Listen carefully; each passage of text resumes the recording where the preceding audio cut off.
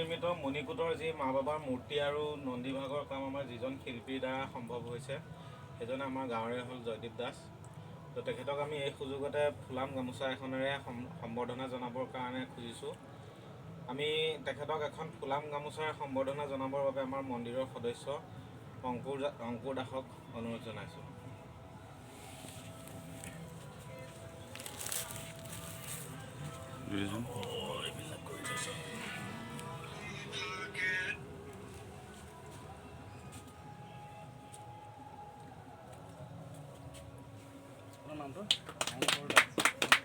এইটো দি দে।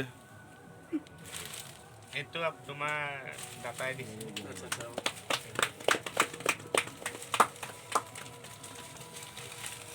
দুই এষাৰ শিল্পীয়ে কিবা কয় নেকি? ক'ব লগা নাই, মন্দিৰ ঘৰটো উন্নতি হওক আৰু তাৰে কামনা থাকিল। জয় শংকৰ। জয় ভোলে। এখন গীত মাত আৰম্ভ কৰিব লাগে। ব'লা বাহিৰ পৰা মই গীত এটা গাই পেলাই মই গুচি যাম পুৰা চুকলি বনাই আছে এইবিলাক প্ৰসাদ। ব'লা লাষ্টত মই